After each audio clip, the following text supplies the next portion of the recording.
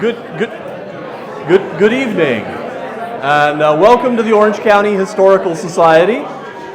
My name is Chris Jepson. I'm the current president of the society. I want to thank you all for coming this evening. Should be a great time.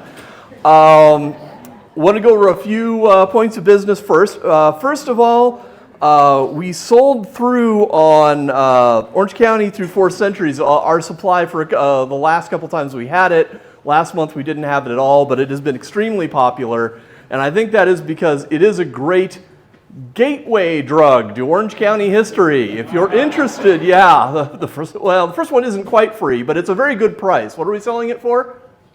$15. This is a great place to start with Orange County history because it's a summary of everything up through 1968 or so when it was published.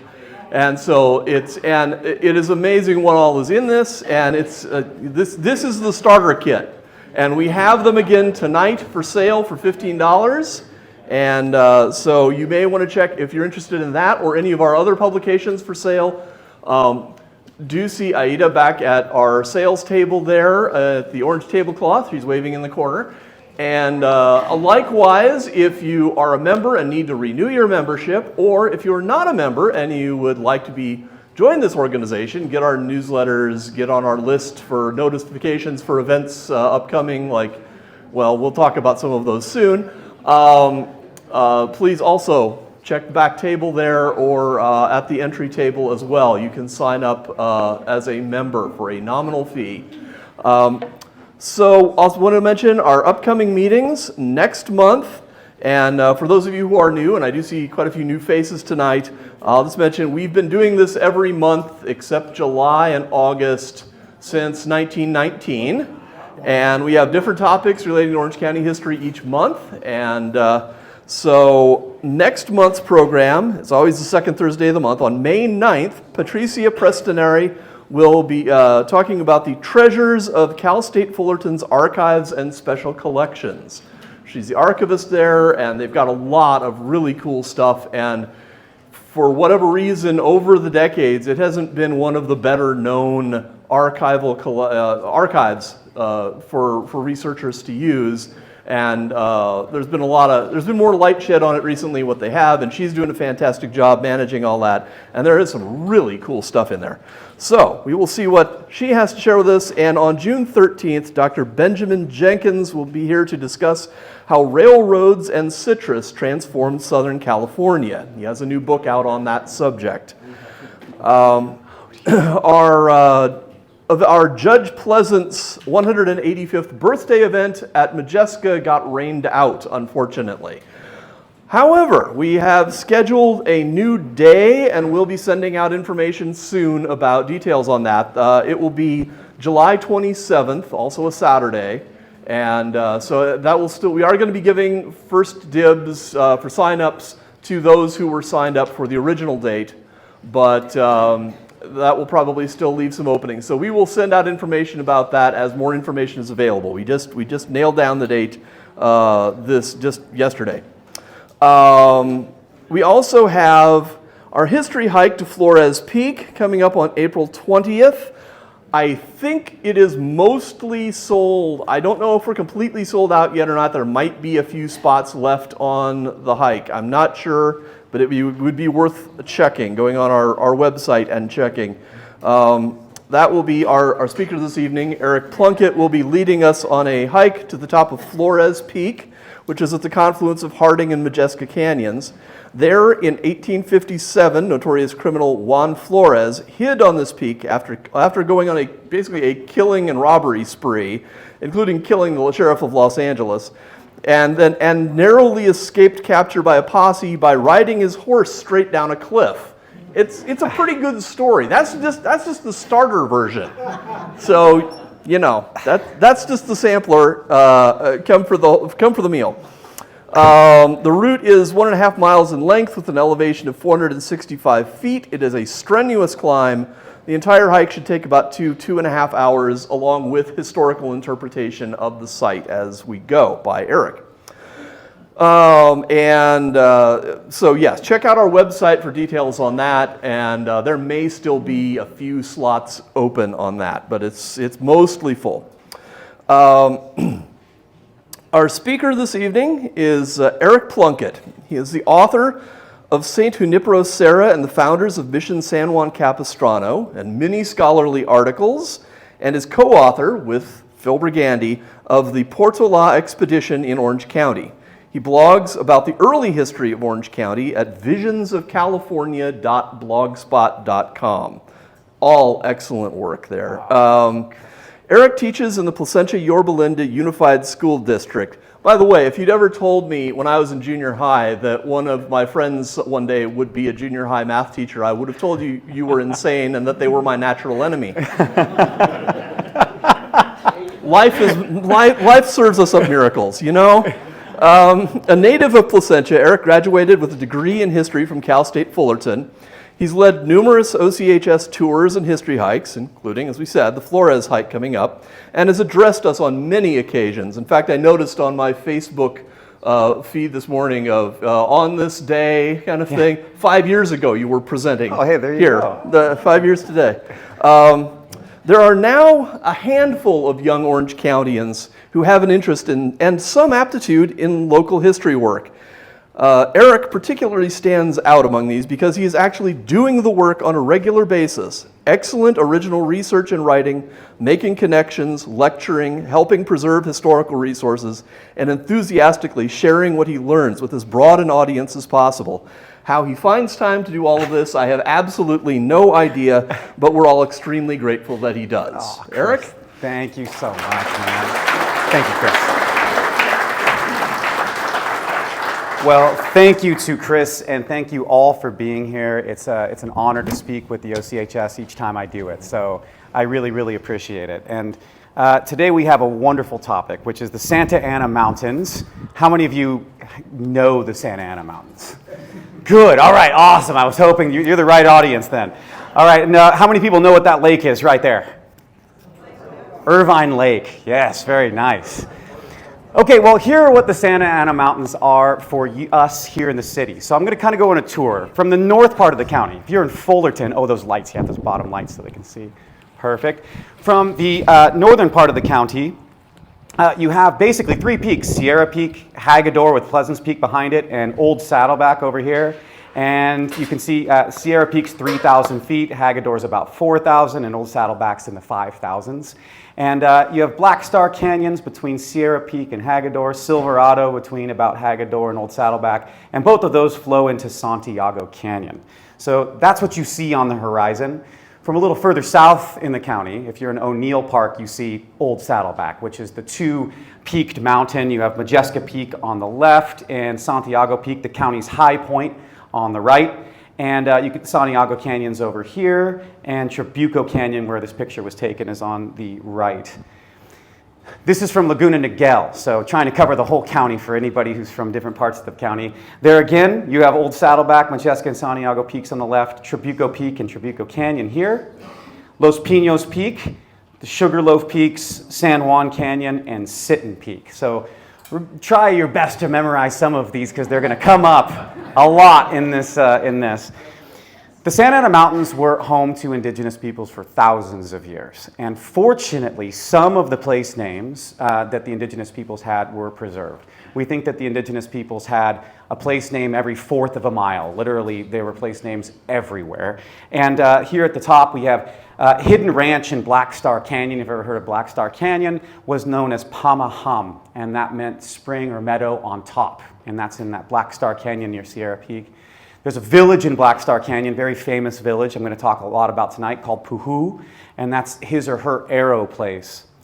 And then just like today, the top of the mountains were a border. They're a border today between Orange and Riverside County, but back in the indigenous era, the village territory border on main divide between Sierra and Pleasance Peaks was Pashavsha, which is place of the snakes.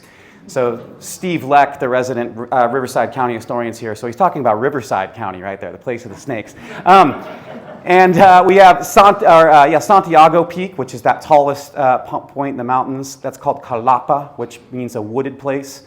Majeska Peak, the other half of Old Saddleback. It's unknown what it is, Cahuicha, which might mean something like the wolf. And then down further south off of Ortega Highway, Potrero Los Pinos and Los Pinos Ridge, Taraxxa, which is unknown what it means, but it's the place of the flint. So let's look at these same photos now with the indigenous place names. So looking up at the mountains, you have the border up here, Pashavsha, Pamaham and Puhú up in Black Star Canyon, Cahuicha and Calapa. Further south, Cahuicha, Calapa again, and Taraxxa. And this is a picture of Pamaham. So this is all Orange County you're looking at. That's the meadow right there that the name refers to. And this is the village of Puhú. And so these are mortars that are in the bedrock that were made by indigenous peoples to grind acorns into a kind of a meal that they would use for eating. And you can see how they're arranged, where you would actually have indigenous women sitting on the outside of these, talking, gossiping, all the things that we would do today. This is Taraxxa, and it's probably place of the flint. These are natural pine forest up in Los Pinos. This is Orange County, natural Orange County right here. And this is just a map of the mountains to kind of get you situated. We are over here, and we have Sierra Peak, Hagador. Here's a main road over the mountains through Black Star Canyon during the indigenous era. Majeska and Santiago Peaks, that's Old Saddleback. And then down here where Ortega Highway goes, you had indigenous routes going over the mountains over there as well. Now, I've been going through the archives in Spain, and what's the first Spanish name that's in Orange County? This is the first time that the Spanish named something in the mountains. Think Pirates of the Caribbean times. There were ships that were coming from Asia, and they would see California, and they needed landmarks to know where they were seeing the coast before they would sail down to Acapulco. They're bringing silks and they're bringing ceramics and things like that. Called the Manila galleons. They'd usually sail about once a year. They would be at sea across the Pacific for 4 to 6 months, not seeing any land at all. And finally, when they saw land, they would see Old Saddleback. This is a map from the mid-1700s. Here's San Diego. They didn't have great maps because they didn't care about California. They just needed to know enough to be able to sail to Acapulco. That right there is Old Saddleback, and its name was Tetas de Cabra. So for anybody who speaks Spanish, forgive me, but sailors are gonna sailor. Just think of goat breasts, but tetas. So think of a goat upside down. Okay, you guys get it. Well, the Spanish come permanently into what is Orange County in 1769 with the Portola expedition. They're coming overland. And in 1776, they established Mission San Juan Capistrano. It's actually moved to its current site in 1778 at the confluence of San Juan and Trabuco canyons, 2 canyons from the Santa Ana Mountains. So the mission is a Santa Ana Mountains mission. And of course, the missions were there to convert the indigenous peoples into Spanish Catholics, right? And so the mission itself, while centered in Mission San Juan Capistrano, or San Juan Capistrano today, missions were huge territories, and they expanded their agricultural and livestock raising into areas outside of the mission. The Trabuco Adobe, which the OCHS has done a hike to in O'Neill Park, they were there by 1789, or as early as 1789. San Juan Hot Springs, if you've ever heard of the hot springs, that got turned into a resort later. That was by 1790. Now, when did the Spanish first kind of traverse the mountains? Well, Portola did with the first land expedition in 1769, but the first real traverse into the mountains was in 1797. So think George Washington-ish, John Adams. It's the first traverse of the mountains, 5 Ahashiman guides, 7 Spanish soldiers, Father President Lasuen, who was a friend of Father Serra's, or now Saint Junipero Serra, and Father Norberto Santiago of San Juan Capistrano. And they're looking for mission sites, and this actually leads to the establishment of Mission San Luis Rey in San Diego County, if you've ever heard of it. This right here is the earliest image we have of California, the absolute earliest. This dates to 1786, Mission Carmel outside of Monterey, and I only show it to you to get a sense of what this time period looked like. People like this were going over the Santa Ana Mountains. And you can see most of the people here are indigenous peoples. They're the males, the females, and you guys see these guys with the haircuts that kind of look like the 18th century. And these are the soldiers. These are Spanish soldiers, what they would have looked like. They had leather jackets. Those jackets were made with the purpose of protecting them from indigenous arrows. They were just basically rawhide put together. So guys who looked like this were going over the Santa Ana Mountains in 1797. And where they went is they went right through where Ortega Highway goes through Casper's Park. They actually split from a main indigenous trail that goes up to San Juan Hot Springs. They went south. If anybody's ever heard of Sitten Peak in the Santa Ana Mountains, they passed right near Sitten Peak, and they dropped into Ortega Highway at the candy store. Who's ever been to the candy store? Yeah. Unfortunately, that's Riverside County, Steve, but they had lunch there at the candy store at a place called Las Animas, and so this is roughly their route in 1797, Las Animas right here, which means kind of the spirits. And so then they passed over one of the potreros, one of these meadows, and over the pass to the Lake Elsinore country, like I said, looking for mission sites. Here's another picture of Las Animas, and one of the things I hope to get through tonight to everybody is that the Santa Ana Mountains are gorgeous. And so this is right where they stopped for lunch in this area.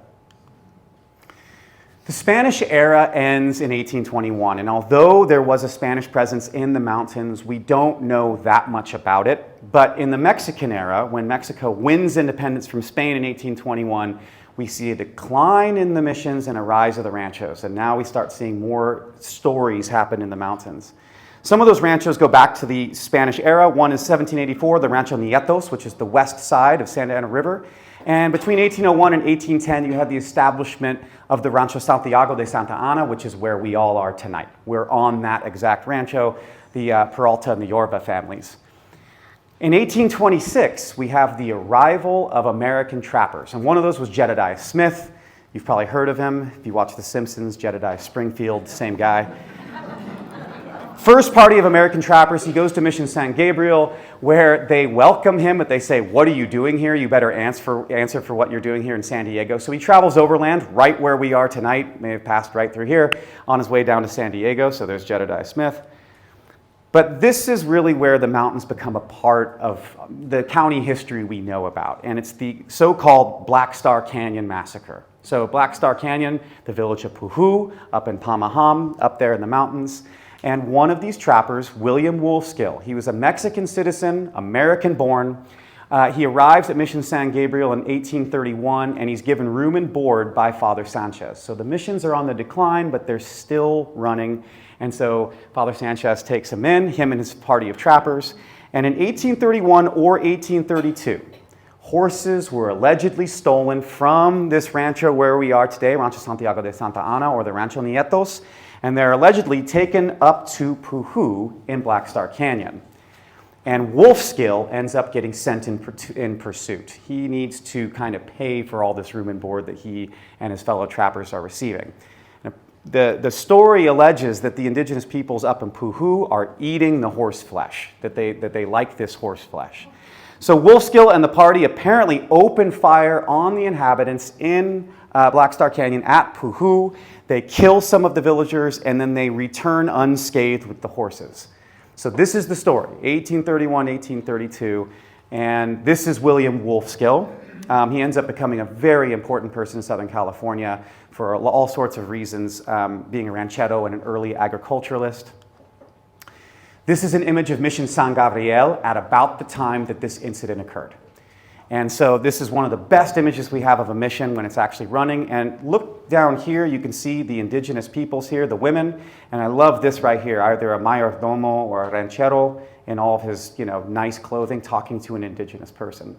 A lot of people from the Santa Ana Mountains, from Puhú, ended up at Mission San Gabriel. So these might be indigenous peoples who were living within what is today Orange County at the time.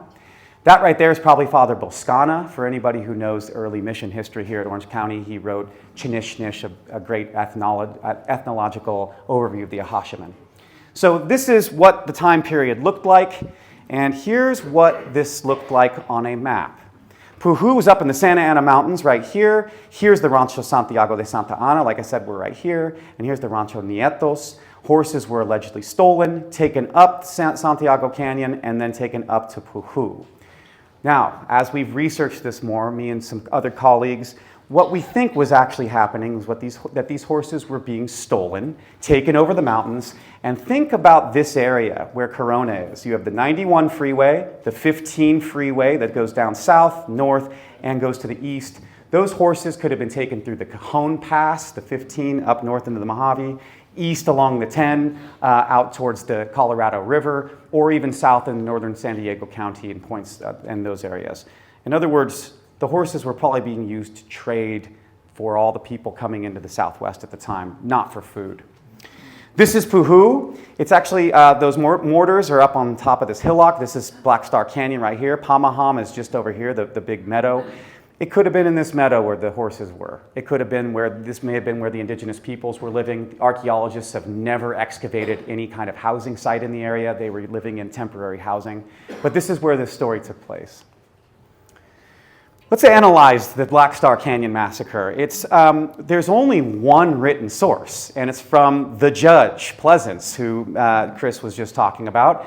The judge, Orange County's great early pioneer, actually was working with William Wolfskill on his ranch when he acquired the Lomas, and Wolfskill apparently told Pleasance this story, and Pleasance then related it to an early Orange County Historical Society member, Terry Stephenson, who then wrote about it. That's how we know about this story. But recently, archaeological work has been done on the site at Puhú, and as of yet, there are no faunal remains of horses or cattle or any other domesticated animals. Furthermore, there's only unused munitions in the assemblages thus far discovered, and the site remained inhabited through at least the 1860s, more than 30 years after the event actually occurred. And the archaeology is really suggesting that the people of Puhú continued to live there and thrive there beyond this incident occurring. So this kind of calls into question what exactly happened. We aren't sure. Certainly something tragic may have happened, and even today the historical trauma related to the event remains among the indigenous descendants. But as a historian, there's not a lot to go on. We have to use kind of circumstantial evidence to understand the story. And I put it out here to you tonight because the site is actually kind of under threat. There is a very famous waterfall in Black Star Canyon. It's right below the village site. Black Star Canyon Falls, Orange County, California. It's a gorgeous place. Actually comes out partially through a mine shaft. It's near Puhú, and it's increasingly popular on social media. And this whole idea of the massacre and the name Black Star Canyon, which was named after the coal mining operation there in the late 1870s, contribute to this idea that the place is haunted. Who's ever heard of haunted Black Star Canyon? Anybody? Yeah, absolutely. And this has led to vandalism. In fact, within the last 6 months, there was a major vandalism incident at Puhú. Big, huge rock was pushed over by somebody. And so there really feels like there's a need for historical education at the site. As much as, I'm trying to get these stories out there so people know the true story of what we do know about the people of Puhú. And rather than make this big deal out of the haunted thing, I'd like to point out that historians still have a lot to work with. This list was just compiled from the mission registers of Mission San Gabriel. These are our individual names of people who lived at Puhú. So now we can name them, we can track them through time, we can find out who they are married to, we can find out what happened to them, and they have descendants. And just to add more intrigue to this, that research is still going on, look at the date for all of these baptisms. The same day in 1811, this is 20 years before the massacre. Why are all of these people from Puhú getting baptized on the exact same day? Well, the Rancho Santiago de Santa Ana were on it. And this would have broken trade that was going on between the mountains and points all the way east. At Puhú, you have archaeological evidence that shows that they were trading with peoples across the Colorado River, all the way into New Mexico, and all the way up through China Lake territory, up to 395. This was a very important site. And the establishment of this rancho probably had an impact on a trade network that connected coastal Orange County all the way throughout the Southwest. So here's the other part about that Black Star Canyon Massacre. Contextualized with what else was going on at the time, there were all sorts of horse thief raids. Not more, what, a mile from where we are sitting right now, these words were written by Tomás Yorba, okay, who was one of the owners of the Santiago de Santa Ana, 1835. This is like when Dana's throwing the hides off of the cliff. Tomás Yorba saying, every day it's getting worse here with so many Sonoran thieves as well as local ones. Jose Peralta went to New Mexico after Sonoran thieves. Several other rancheros have left in pursuit as well. So now the story of Orange County is connected to the broader Southwest.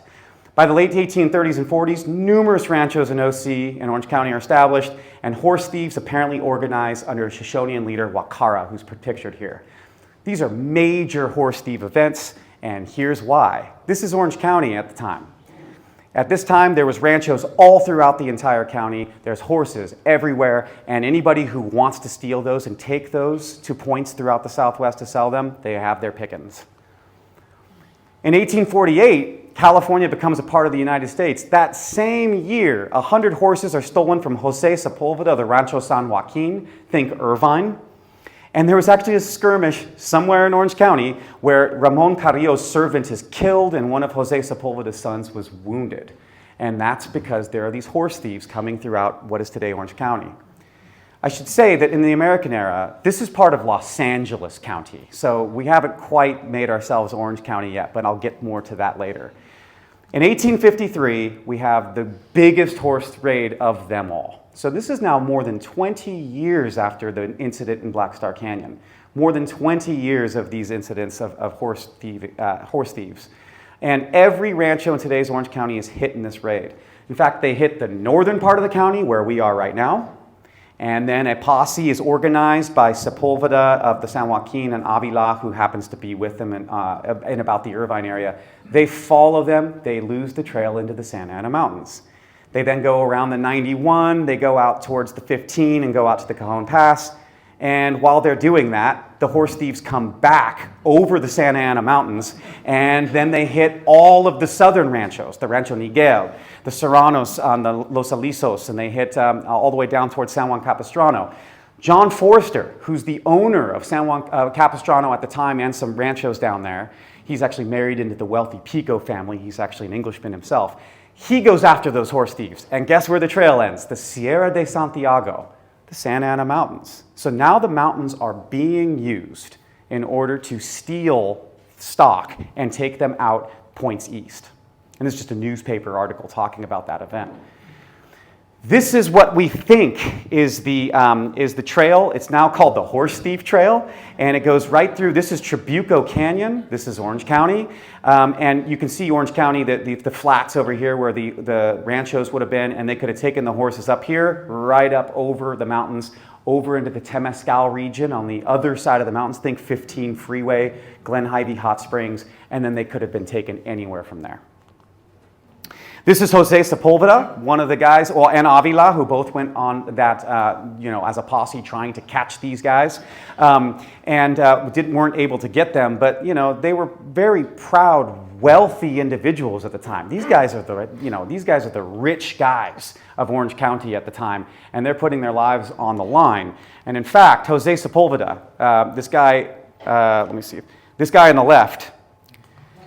He wrote this into the paper, the Los Angeles Star, right after this great horse thief raid. And it's in Spanish on the right. It was printed in Spanish in the newspaper. But here's what he said. After the fatigue brought about by so much wasted time in pursuit, the loss of the rancheros' property, the abandonment of their families who were exposed to the risk of the wild Indians, and with no hope of a remedy, they have retired to their homes to wait for the wild Indians to return in the next few days to rob their few remaining horses and perhaps to take their lives or the lives of their families. And the interesting thing about this is that this must have been printed up right at press time when they put the newspaper out, because the Spanish is in a combination of first person and third person. So it reads a little strangely, but here's what it says. We call the attention of our representatives so that in the manner and with the means that they deem convenient, they acknowledge that the Indians who harm this county are distant tribes, not the peaceful ones close to us, and that it's very painful that despite paying high taxes, their lives and their property are not insured. What taxes is he talking about? Well, when the Americans get here, property taxes. And what are a lot of those property taxes supposed to go to? Law enforcement. And who's going out in pursuit of the thieves? the rancheros. He's not happy about this. Well, what's Los Angeles' reaction? You guys will never believe this, but Los Angeles had its own problems. All sorts of its own problems. And Orange County seemed way out there. Wow, whatever's going on over there, the Orange Curtain. But in 1853, just months after this great Orange County horse thief raid, there's an incident that occurs that finally even gets Los Angeles to wake up, and they form a state militia called the Los Angeles Rangers, formed in 1853 under Alexander Hope, up to 100 men, and their purpose is to protect people and property of Los Angeles County. And one of those Rangers was the great or infamous Major Horace Bell, who looks like an extra in every Western ever filmed. And not more than 2 months after they form, there's a robbery near San Gabriel. Finally, they're ready to go. They're armed and they're going to go after these robbers, right? This is November 2nd, 1853, and the Rangers go in pursuit. And they go at moonlight, and it's dark, and they're going across from Los Angeles, and then they get to Chino. They're following the robbers to Chino, and then they go to Glen Ivy Hot Springs in the Temescal Valley, which is right on the other side of the Santa Ana Mountains. And when they get there, the sun has not yet risen, and they find the campfires of the robbers, supposedly, and they hear the clanging of the robbers as they climb up into the mountains. More evidence that the mountains were being used as a place, as either a thoroughfare for robbers or even a place to abscond.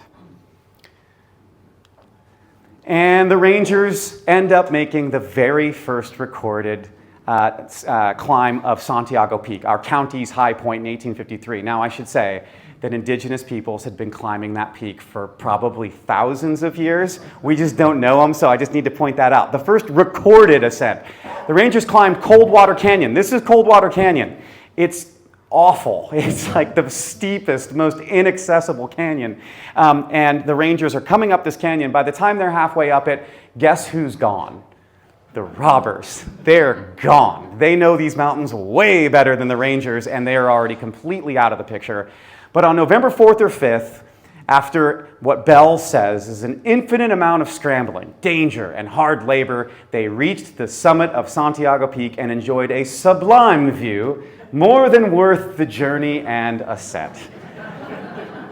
What a consolation for not doing anything to protect anybody here from the robbers. Okay, after that they followed the trail along the ridge bearing to the east for several miles before they descended to the plains. Once again, they're following a trail that was hewn by the robbers. Probably goes back to the indigenous days. This is the view from Santiago Peak. I don't think the couch was there when Bell was there, but you can see Santiago or Trabuco Creek coming out of the mountains right here, where Trabuco meets San Juan Creek. You have Mission San Juan Capistrano down there.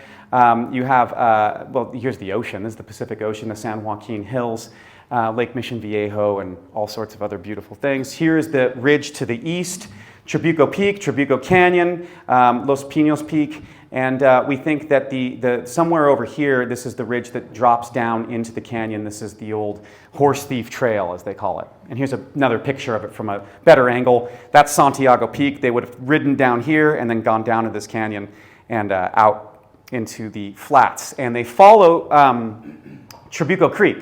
Bell and the Los Angeles Rangers, they get to Mission San Juan Capistrano.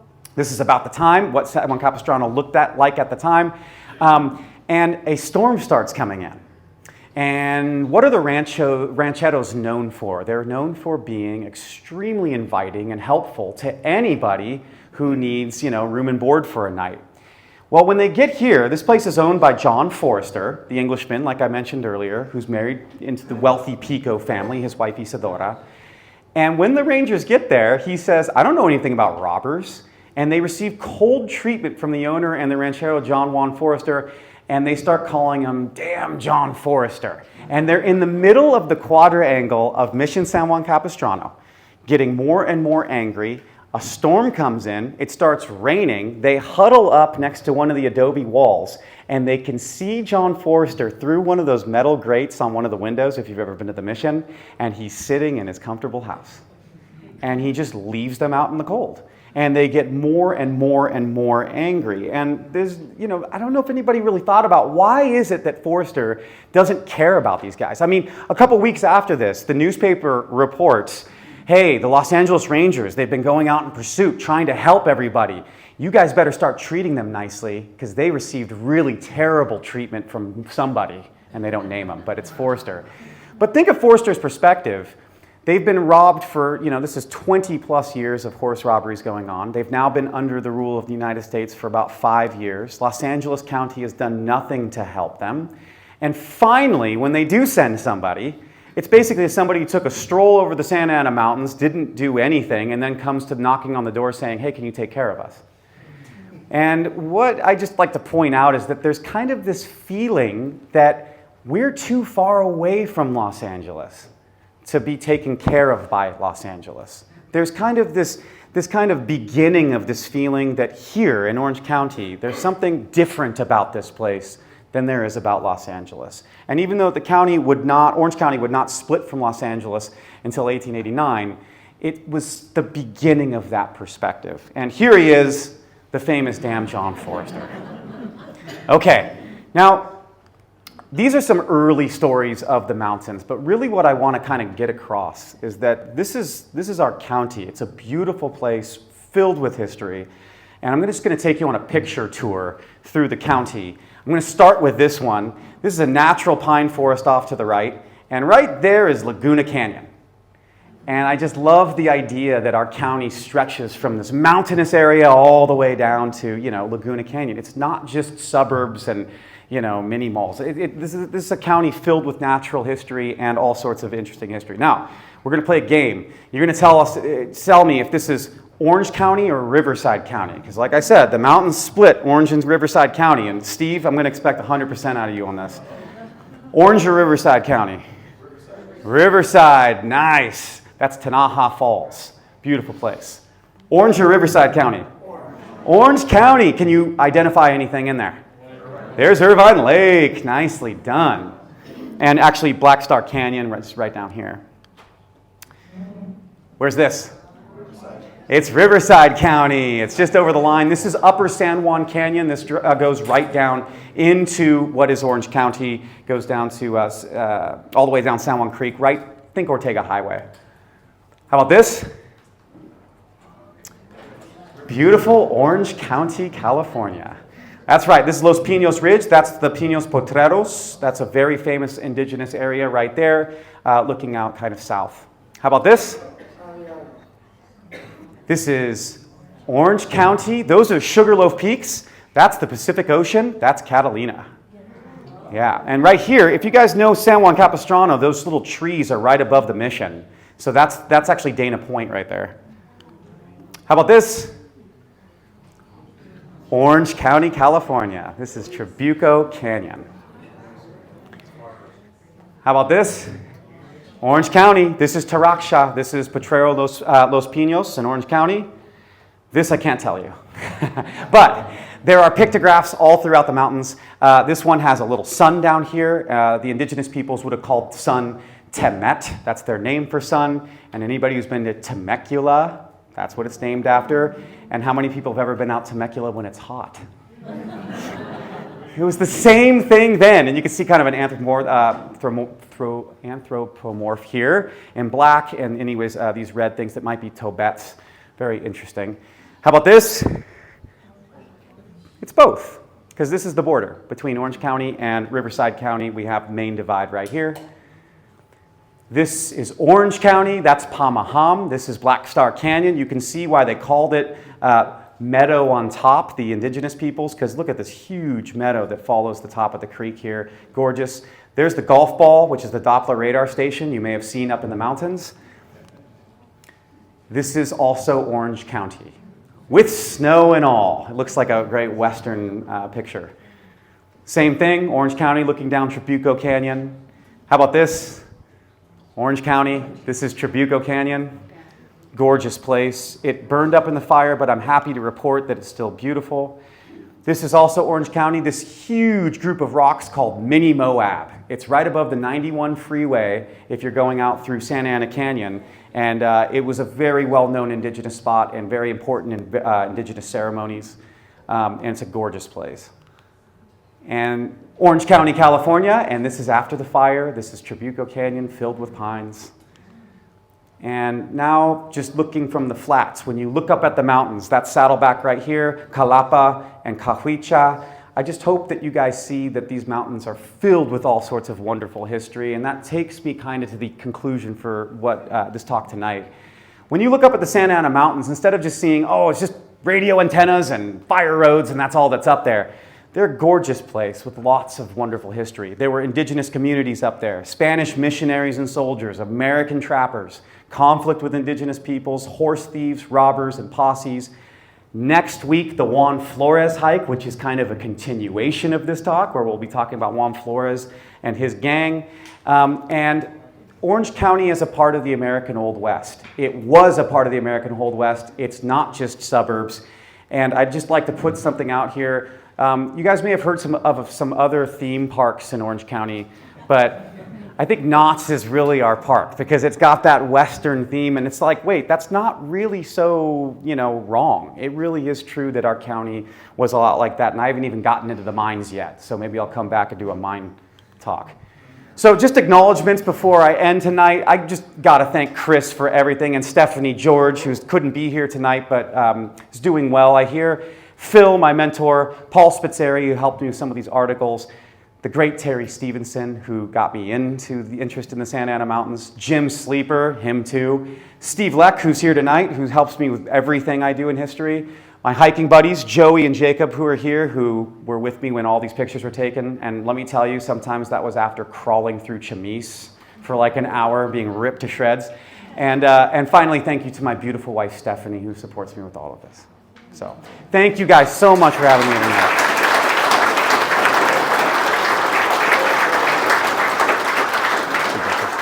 Thank you so much. Yeah, I'll take questions or whatever, yeah. Can we take some questions? Yeah, yes. What's your source for the native place names? Native place names. I have many sources for the native place names. One of them is Macaulay's. Have you heard of Macaulay, the Gabrielino, which is a book about mostly about the Tongva and the Gabrielino Indians. I'll show you how to spell that. Okay. Macaulay. And also there's a whole bunch of stuff, early vocabularies that were collected by John P. Harrington. I've gone through all of his notes. Those are posted by UC Riverside, as well as Aku. The great Jose Gracia de Cruz of Mission San Juan Capistrano. He was there in the early 20th century, and he left a great vocabulary that was actually printed up by the Smithsonian. So that's where I'm going for all those. Yeah. I know that the Smithsonian has a wax. Oh yeah, they have those wax. I don't know if they have any Ahashiman. I think they do. They probably do. I have not heard them. But it's not I thought what you're referring to. No, this is a printed one. You can actually find it online. Oh, wow. Okay. Yeah, absolutely. Yes, sir. What about Boscana's Chinich? He talked about a lot of the Indians tribes who went all the way up the Los Angeles Valley. Absolutely. Chinishnish. Father Jeronimo Boscana. He was missionary at Mission San Juan Capistrano between 1814 and 1826, and he wrote an incredible ethnographic treatise on the Ahashiman people there, and there are two different versions of it, and each of the versions is absolutely fascinating, and one of them he talks about a bunch of the village names and what the village names mean, and there is some vocabulary that he was able to preserve, like the Puplum and yeah, all that kind of stuff. The Mokai Museum republished that.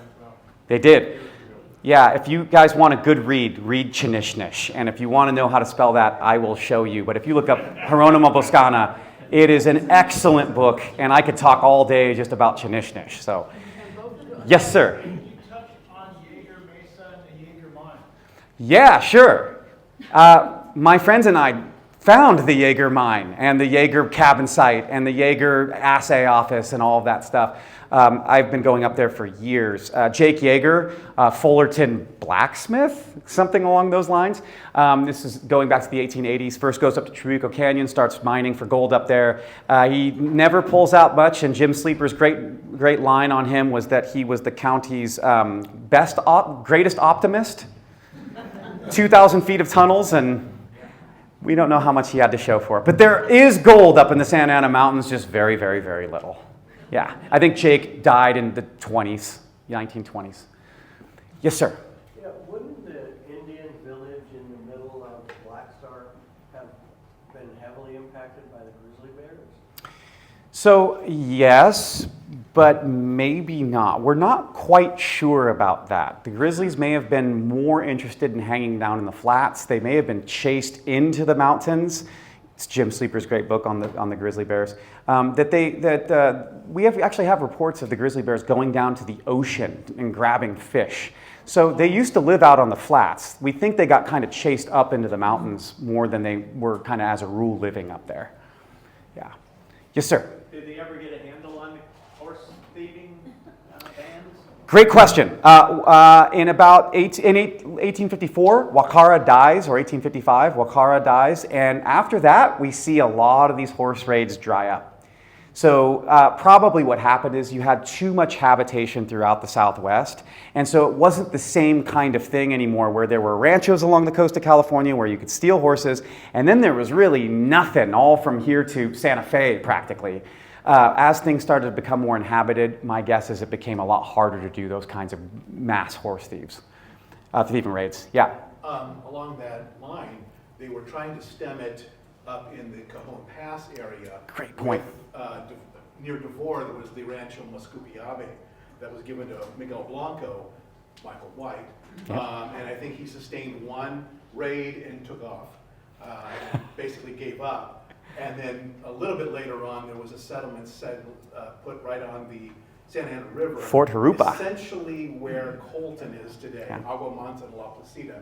And those were set up specifically to defend Correct. against those raids.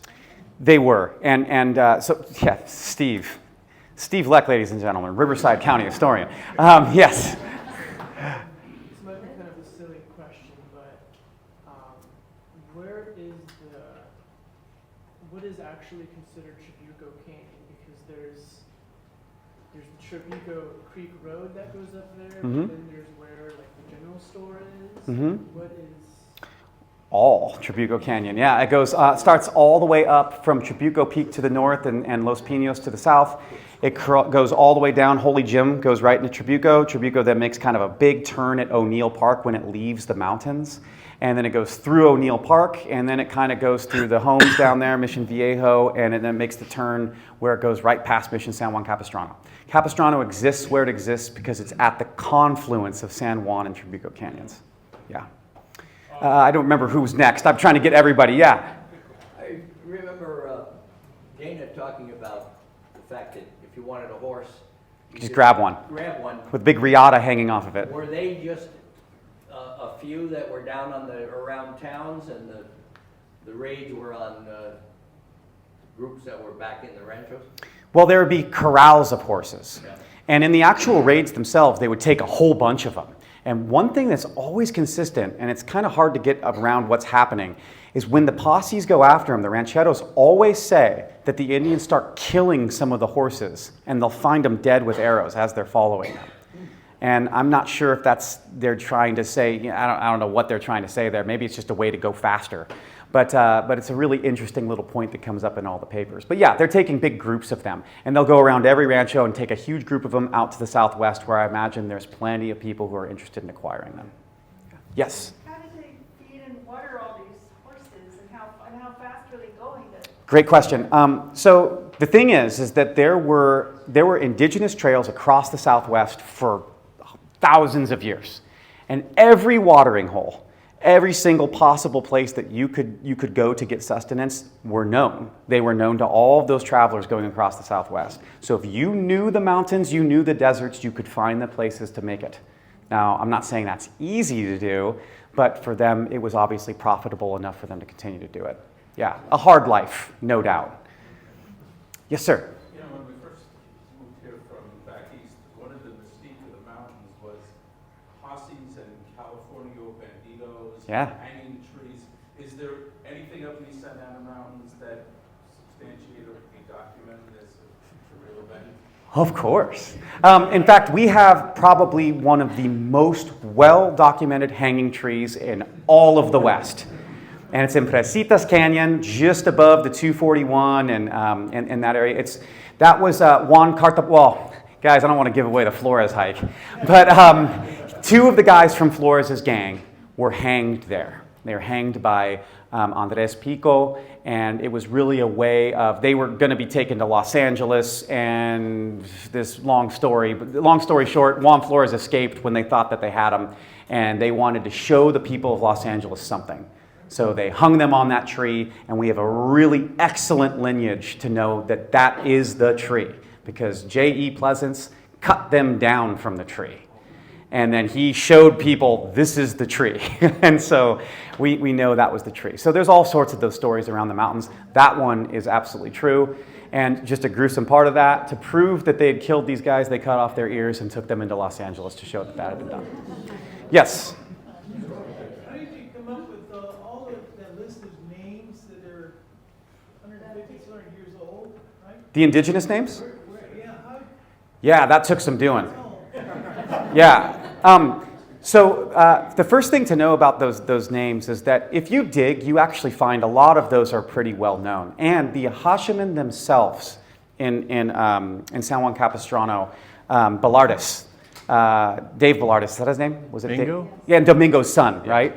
Those guys did a lot to preserve this stuff, and Domingo pointed me in some directions of some wonderful sources to be able to look all of these things up. So the ones that we know, Calapa, the wooded place, literally, the Santiago Peak, here's the names of the people. Sorry, my bad. The people of Pamaham. How did I get those? Every single mission, because they were Catholic missions, they would record the baptism, the marriage, and the death of every single person in their communities, and the village they came from. And once we figured out that Pamaham was the village of Puhú, I could go through that database, and I've been collecting all those names and telling their stories. Is that the Huntington? That's the Huntington. Yep, and it's actually available online. If you want to look for them yourselves, I will teach you how to do it, because the more the merrier in this stuff. Yes? Eric, one of your slides showed 2 sugar loaves down by Hot Springs Canyon. There are 2 sugar loaves. There's only 1 sugar loaf. There's Old Sugar Loaf. Okay, please explain. Okay, there's 2 peaks. One of them looks like a sugar loaf and deserves to be called Sugar Loaf. But then, when the topographic maps came out, they named a peak that was to the southeast of it Sugar Loaf. And it's like, no. The original Sugar Loaf is higher and looks like a sugar loaf. So I call them both Sugar Loaves. Actually, USGS put the wrong location. On the old maps. On a new map from them, it's got a different peak. It's called Sugar Loaf. That's true. And if the USGS wants to fight me, they can. Yes? How much of what you've covered there is public land and how much of it is private land and how accessible is it? That's one of the problems. The site of Puhú in particular, which is a very delicate site, it's very publicly accessible, and there's nobody really watching it. And unfortunately, Puhú and the areas down below it have had a huge increase in graffiti and all sorts of other stuff. That's partially why I'm out here. I don't know if it's a good idea to talk about these things, but here's what I do know. We got to strip away this haunted thing and get back into this is a historical place, because if it's historical, hopefully it can be respected. There's Nazi ghosts out there. Oh my gosh, Mike! You're undermining everything I'm trying to do here. Actually, guys, anybody who knows Mike Boeck knows that he's done tons to preserve all of the wonderful stuff in our mountains, so thank you, Mike. Yes? Yeah, yes, absolutely, for Mike. I'm just stunned by the detailed research that you've done. Thank you. Yeah, absolutely. One of the slides said that California became part of the United States in 48. I thought it was 46. That's when the war started. Yeah, but I just consider it when the actual Treaty of Guadalupe Hidalgo was signed, and yes, this is part of the United States, was 1848. So when gold was discovered in January, It was technically part of Mexico. it was, okay, then I Yeah. It was a couple weeks. I had that wrong. I thought we were functionally part of the United States in 46. It was still technically part of Mexico, but yes, for all intents and purposes, it was part of the United States. Yeah. All right, any more question? How did the Irvines get so much territory? How did the Irvines? Guys, who wants another hour? It's a great question. the breakup of the ranchos and lots of issues that led to different individuals speculating on the land and buying it, and eventually it came under the control of some of the very, very, very rich ones, and the Bixbys, the Irvines. That's a whole nother. You know what? Where's that 4 Centuries book? You should buy the 4 Centuries. You should get the Freeze book because it's wonderful and it covers all that. Any other questions? Yes, sir. When did this region become known as Orange County? When? And how did the name, well, the name, obviously, because there were Oh, you know what? That's not going to work. Okay. prior to that. Yeah, it was there's a whole story there, and you should also read that book. Oh, that stopped working. I forgot to show you guys on my blog, which Chris mentioned. On my blog, I have a bunch of articles about this era. The Orange County part of it, you should read Phil Brigandi's OC Historyland blog. It's still up, that OCHS continues to keep online, and he has a wonderful article on the naming of the county. So you should look that up. But basically, it's people. Can you give me a date? Yeah, the 1880s. So because the idea was that they're trying to promote the land for agricultural development and calling it Orange County. Wink, wink, nudge, nudge to investors. Come on out here and start growing stuff. That was the idea. Yes, sir. Didn't Forster also have a location or a house on Pendleton? Yes, the Santa Margarita y las Flores. Yes, the Forster family did. He was one of the biggest landowners in all of California. Yes, so when you're driving down the 5 freeway and you're in Camp Pendleton, you're basically on Forster's land for a huge chunk of that. Yeah. Yep. You have all been a wonderful audience. Thank you so very much for being here tonight, you guys. Thank you. Thanks again, man. Fantastic.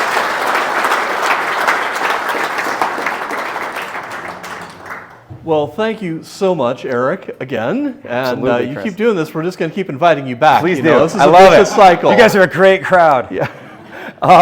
And I want to thank you all for coming tonight. And we hope we'll see you next month when we will be diving into all the hidden treasures in the special collections and archives at Cal State Fullerton. And thank you for coming. And do help yourself to goodies in the back. And as I mentioned, we have books. You can sign up as a member. And we'll see you next month. Good job, table. Very good. Awesome.